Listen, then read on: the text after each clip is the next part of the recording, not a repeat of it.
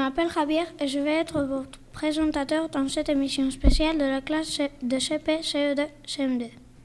En premier, Valentina va nous faire l'éphéméride. Après, la chronique d'Alexandre et de Miguel.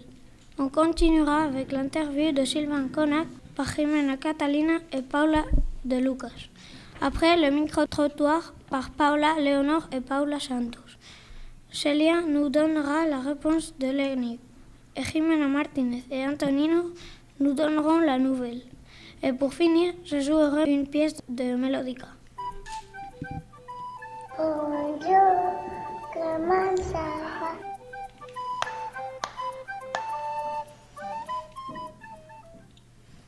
En premier, Valentina. Bonjour Valentina. Bonjour, aujourd'hui nous sommes vendredi 15 novembre. Merci. Maintenant, on va apprendre comment c'est d'être dans une classe multiniveau. Bonjour les enfants.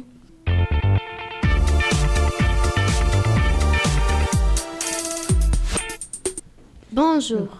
Les avantages d'une classe multiniveau.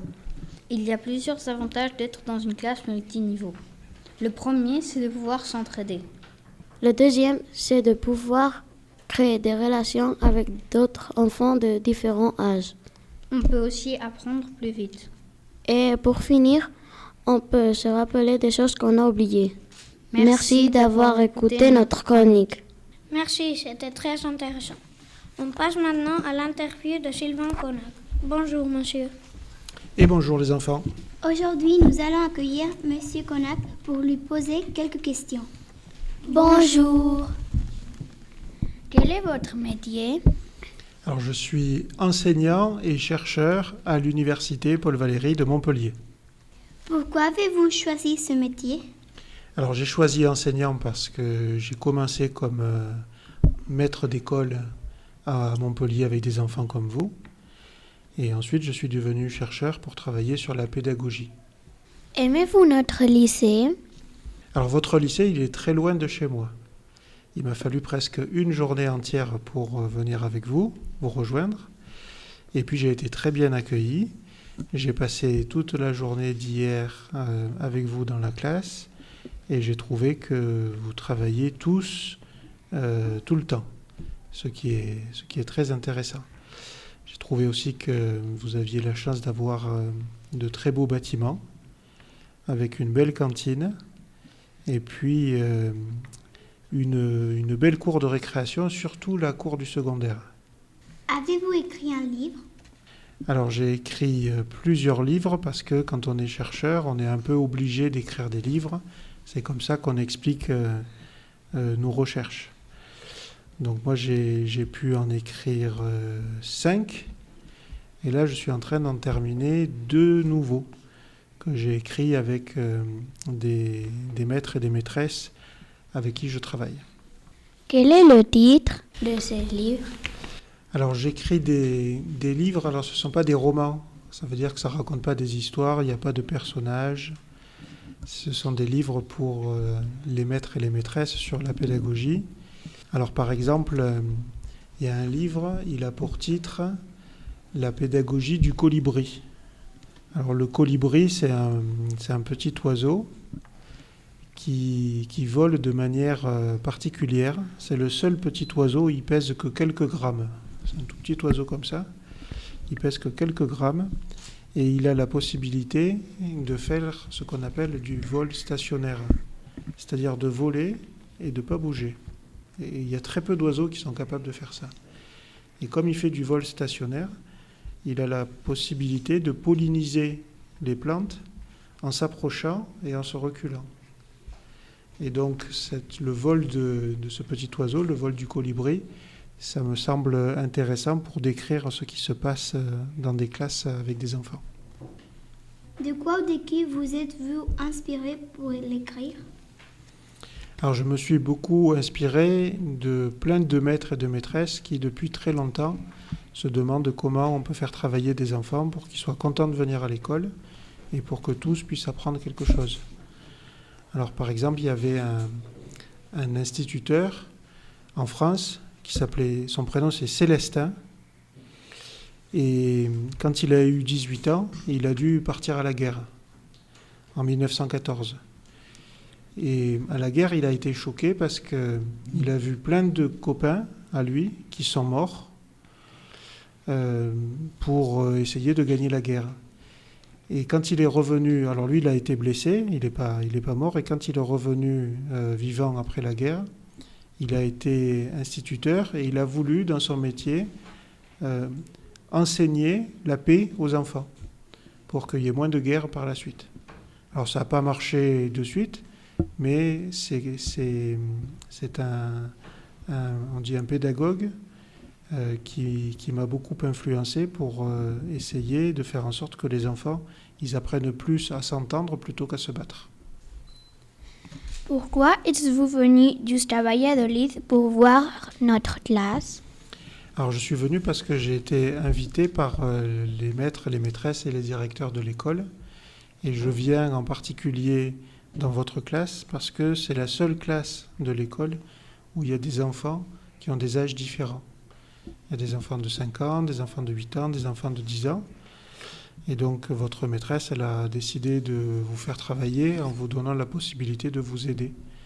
Et c'est ça qui m'intéresse pour voir un petit peu comment vous faites voler le colibri. Est-ce que vous avez pensé à des projets pour plus tard? Des projets qui concernent la pédagogie ou qui concernent votre lycée? Je sais pas tout. Alors je reviens au mois de mai pour 2 journées. Et puis là, je suis en train de faire des entretiens avec des enfants qui m'expliquent ce que j'ai vu hier pour que je le comprenne bien. Et après, je vais écrire des textes à partir de ce que les enfants vont m'expliquer. Je vais envoyer ces textes à votre maîtresse et puis elle va voir ce qu'elle va vous dire dans la classe pour que vous travailliez encore mieux. Et quand je viendrai au mois de mai, je regarderai qu'est-ce qui a changé entre le mois de mai et le mois de novembre. Aimez-vous notre ville? Alors, j'ai pas eu la chance beaucoup de rencontrer et de visiter la ville de Valladolid.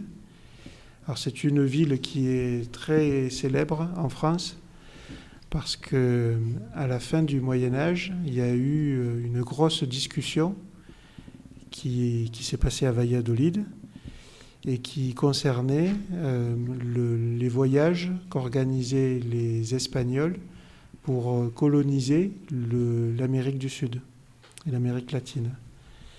Et donc il y a eu cette grosse discussion qui s'est tenue à Valladolid pour savoir s'il fallait continuer à coloniser l'Amérique du Sud et si les Amérindiens, on pouvait les considérer comme des humains ou comme des presque humains. Et le résultat de cette discussion, c'était que oui, les Amérindiens sont des humains comme les Européens. Donc je sais qu'il y a beaucoup d'histoires dans la ville de Valladolid. J'ai vu en passant en voiture qu'il y avait plein de vieux bâtiments. Et donc il y a forcément plein de choses à découvrir. Merci d'avoir répondu à nos questions. Au revoir. Merci à vous. Merci. À bientôt, Sylvain. On passe au micro-trottoir de Paola, Léonore et Paula Santos. Bonjour, on est Paula et Léonore. On va vous présenter un peu notre micro-trottoir. La question était, qu'est-ce que tu penses de la classe multi-âge? Quelques maîtresses et quelques enfants nous ont répondu. Bonjour Carlotta, qu'est-ce que tu penses de la classe multi-âge? Je crois que c'est un très bon projet et ils vont apprendre beaucoup. Merci. Bonjour les filles. Alors, je vois que vous êtes ravies de la classe multi-âge. Vous êtes mes anciennes élèves de CM1, donc c'est très bien. Et je pense que c'est une façon différente de travailler qui apporte des bienfaits pour tous les élèves, aussi bien pour les petits que pour les grands. Et un gain d'autonomie immense. Merci. Bonjour les CE2. Bonjour. Qu'est-ce que vous pensez de la classe de multi-âge? Moi, je pense que c'est bien parce que l'écran est le petit et le petit l'écran. Moi, je pense que je vais être avec les enfants de mon âge. Merci. Je pense que c'est très bien. Merci. Je pense que c'est très bien parce qu'on s'entraide les uns aux autres. Merci. Bonjour les filles. Je crois que c'est un projet très intéressant. Le fait que les petits soient mélangés avec des grands, tout le monde apprend. Les grands des petits des grands. Et surtout, tous les élèves gagnent en autonomie. Merci. Je pense que c'est très bien parce que moi, je suis dans cette classe et je suis très contente parce que je peux connaître beaucoup des enfants et je crois qu'ils peuvent apprendre beaucoup de choses. Merci. Je pense que c'est très bien parce que je suis dans cette classe et j'aime beaucoup. Merci. Je pense qu'elle est très bien. Elle est très silencieuse et elle parle pas beaucoup. Merci. Au revoir. Au revoir. Je pense que la classe de multi-âge, il était une bonne idée. Et c'est très bien parce que les enfants, ils peuvent s'aider. Merci. Bonjour. Bonjour. Qu'est-ce que vous pensez de la classe de triple niveau? Alors, je trouve que la classe de triple niveau, multi-âge, on dit plutôt, hein, on dit comme ça. Voilà. Et c'est quelque chose de très très bien. Moi j'ai eu l'occasion avant d'être proviseure, directrice de lycée, d'être institutrice et d'avoir justement des classes comme ça. Et il y avait même 4 niveaux. Voilà, alors c'est très bien parce que les élèves peuvent travailler entre eux, ils sont plus autonomes. Voilà, je suis très très favorable. Merci. Merci à vous. Au revoir. Au revoir. Merci à tous de nous avoir répondu. C'était une bonne question, les filles. Maintenant, les énigmes. Mystère. Mysterio. Mystery. La réponse est planisphère. Bonjour, on va vous présenter une énigme. J'ai des poils et aussi de l'aluminium. Et j'ai du bois.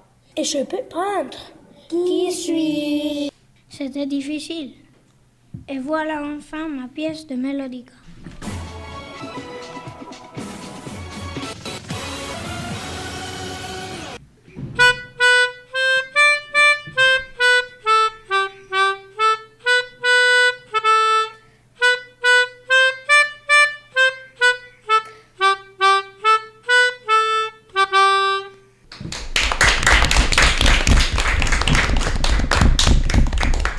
Au revoir et merci de nous avoir écoutés.